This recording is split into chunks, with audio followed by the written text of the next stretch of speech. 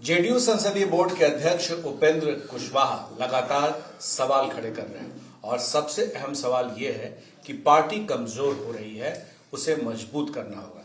क्योंकि जब वो शामिल हुए थे जनता दल यूनाइटेड में तो उस वक्त उन्होंने दावा किया था कि जेडीयू को नंबर 1 पार्टी बनाएंगे, लेकिन अब तो कुछ और ही माजरा है। हमारे साथ हैं रामेश्वर महतो जी जो एमएलसी हैं। ये बताइए कि उपेंद्र कुशवाहा जो सवाल उठा रहे हैं उन सवालों में कितना दम लग रहा है? क्या वाकई पार्टी कमजोर हो रही है? देखिए, जब वो पार्टी में आए थे तो इसी सोच के आए थे कि पार्टी को नंबर 1 बनानी है और उद्देश्य था कि माननीय मुख्यमंत्री जी को हम लोग 2024 के प्रधानमंत्री के लिए काम करें, और हम लोगों ने किया भी, लेकिन वो काम हो नहीं पाया।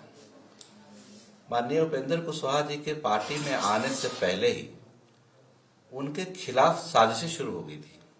एक गुट जिन्होंने उपेंद्र कुशवाहा पार्टी में नहीं आए उसके लिए काम शुरू कर दिया था और उसके लिए मीटिंगें शुरू हो गई थी।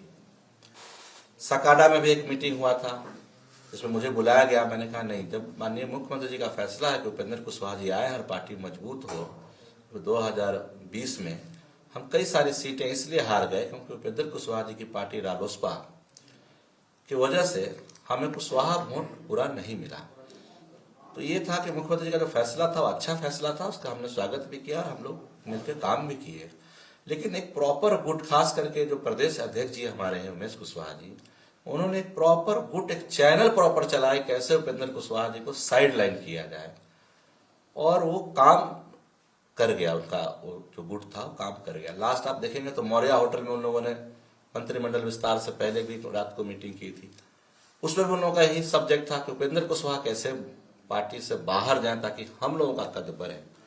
तो अपने स्वार्थ के चक्कर में लोगों ने उपेंद्र कुशवाहा जी को साइडलाइन किया। अब तो उपेंद्र कुशवाहा जो सवाल उठा रहे हैं उसके बाद ऐसा लग रहा है कि पार्टी में नीतीश कुमार और उपेंद्र कुशवाहा के बीच दूरी बढ़ गई है। क्या तेजस्वी यादव को आगे करने से आपको लग रहा है कि आपकी पार्टी के अंदर में कमजोर एक कड़ी है, जो आपको लग रहा है कि लोग जो समर्थन में थे जेडीयू के, जो उपेंद्र कुशवाहा को नंबर 2 देख रहे थे, वो मायूस है? जरूर मायूस है। लोगों को लगता था कि उपेंद्र कुशवाहा जी आए हैं तो मुख्यमंत्री जी के साथ पूरे बिहार में लव कुश समीकरण जो है मजबूत होगा और जितने सीट पे हम लोग लड़ेंगे, लोकसभा या विधानसभा, हम लोग सब जीतेंगे। लेकिन जो प्रकरण पिछले दिनों में हुआ है कि उपेंद्र कुशवाहा जी का सवाल फिर से जवाब जिस तरह से देख रहे हैं, तो उससे तो लगता है कि लोग नाखुश हैं। और मैंने तो उपेंद्र कुशवाहा जी से आग्रह भी किया था कि सर आप पार्टी में बने रहें, मुख्यमंत्री जी से बात करें, कि आपके जाने से हम लोग कमजोर होते हैं। क्या आपको लग रहा है कि उपेंद्र कुशवाहा को मुख्यमंत्री पद का उम्मीदवार के रूप में आप देख सकते थे नीतीश कुमार के बाद? उस बात में तो बहुत समय था। अभी तो संगठन में काम करने की जरूरत थी। अभी तो माननीय मुख्यमंत्री जी आप देखते हैं उनको कि एज ए नंबर 2 वो सक्सेसर हो सकते थे नीतीश कुमार के? क्यों नहीं। 1994 से एक साथ काम किया है उन्होंने, तो मुझे लगता है कि आज के डेट में पार्टी में 1994 के साथी जितने भी हैं उनमें से सबसे करीबी और सबसे एक्सपीरियंस उपेंद्र कुशवाहा जी रहे। और माननीय मुख्यमंत्री जी लाने का जो उनका उद्देश्य था वो भी यही था। लेकिन अब क्या हो गया पता नहीं क्या हो रहा है। क्या आपको लगता है कि अभी भी उम्मीद है, अगर उपेंद्र कुशवाहा को, जैसा कि उन्होंने कहा था कि डिप्टी सीएम बनना चाहिए, अगर वो बनाते तो शायद ये पार्टी में और चेहरा उनका उभरता और कल को मुख्यमंत्री तक बन सकते थे पार्टी की तरफ से? बिल्कुल ठीक बात है, ऐसा हो सकता था। लेकिन सबसे पहले बात तो यह है कि आपस में इनकी बातचीत हो। मेरा जो प्रयास है, जिस कारण से मुझे भी आज जदयू प्रदेश अध्यक्ष जी ने तरफ से साइडलाइन कर दिया है, मुझे भी अलग थलग कर दिया है, क्योंकि उनको लगता है कि मैं उपेंद्र कुशवाहा जी के साथ हूं। असल में मेरा उपेंद्र कुशवाहा जी से ये आग्रह रहा कंटिन्यू कि आप पार्टी में बने रहें, माननीय मुख्यमंत्री जी से बात करें, जो मुख्यमंत्री जी का फैसला उसके। कहीं ऐसा तो नहीं आपको लग रहा है ये, क्योंकि बातचीत के अंदर ही ये सवाल आ रही है बात कि कुशवाहा समाज के जो भी लोग नेता हैं, चाहे आप कह रहे थे कि उमेश कुशवाहा जो प्रदेश अध्यक्ष है, उनको तो ऐसा नहीं लग रहा था कि आगे चलकर पार्टी की कमान उपेंद्र कुशवाहा के हाथ में आ जाएगी?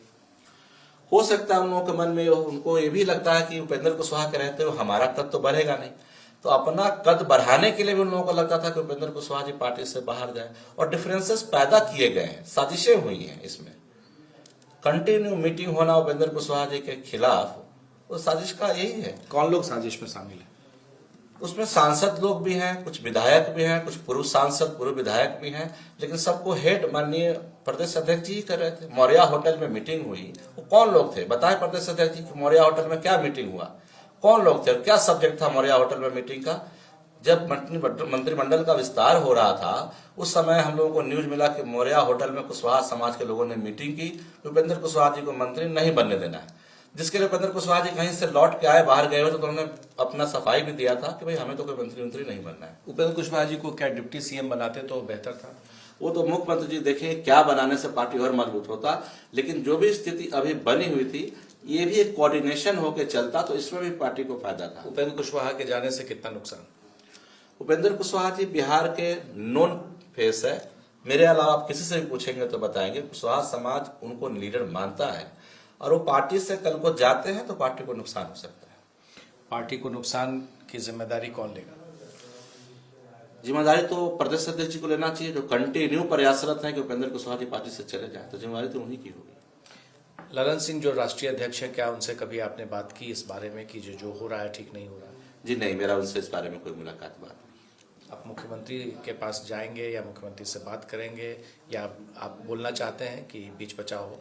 मैं पिछले दिनों मुख्यमंत्री से मिलने गया था दिसंबर के लास्ट में, काफी देर उनके साथ मेरी बातचीत हुई संगठन को लेके, और जब उस वक्त प्रक्रिया इतना नहीं था जो अभी चल रहा है और माननीय मुख्यमंत्री जी का समाधान यात्रा चल रहा था, तो मुझे लगा कि जब उनका समाधान यात्रा खत्म होगा तो उनसे समय लेके मिल के और मैं कोशिश करूंगा, उनसे आग्रह करूंगा कि इसको आप किस तरह से समाधान, इस समस्या का भी समाधान करें और पार्टी में माननीय उपेंद्र कुशवाहा जी को बनाए रखें, इससे पार्टी को फायदा होगा। आखिरी सवाल, आपको लग रहा है कि पार्टी वेंटिलेटर की तरफ जा रही है, इमरजेंसी वार्ड में भर्ती है? जिस तरह से लोग गुटबाजी कर रहे हैं पार्टी में, जैसे मैंने आपको बताया कि मुझे भी इन लोगों ने साइडलाइन कर दिया, जबकि मैं पार्टी के खिलाफ आज तक या नेता के खिलाफ आज तक एक काम किया हो तो ये लोग बता दे, जो ये लोग कहेंगे मैं मानने को मंजूर हूं।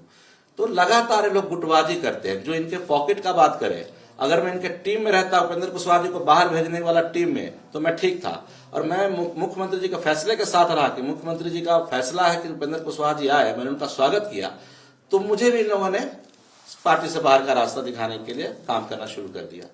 तो ये इस तरह से तो पार्टी कमजोरी होगी। वेंटिलेटर पे जा रहे हैं, गुटबाजी होगी तो उससे कौन रोकेगा? गुटबाजी से तो किसी का फायदा नहीं होने। पार्टी तो जोड़ने का काम है, तोड़ने का तो नहीं। यहाँ लोग तोड़ रहे हैं, आप कल उसको हटा दो, पर उसको हटा दो, कल इसको हटा दो, उससे तो पार्टी कमजोर होगी। आपने सुना कि किस तरह से पार्टी कमजोर हो रही है और आने वाले दिनों में अगर उपेंद्र कुशवाहा निकल जाते हैं या निकाल दिए जाते हैं तो उसका नुकसान और उसकी भरपाई मुश्किल है। हमारे सहयोगी पंकज और विशाल के साथ प्रकाश कुमार, एबीपी न्यूज पटना।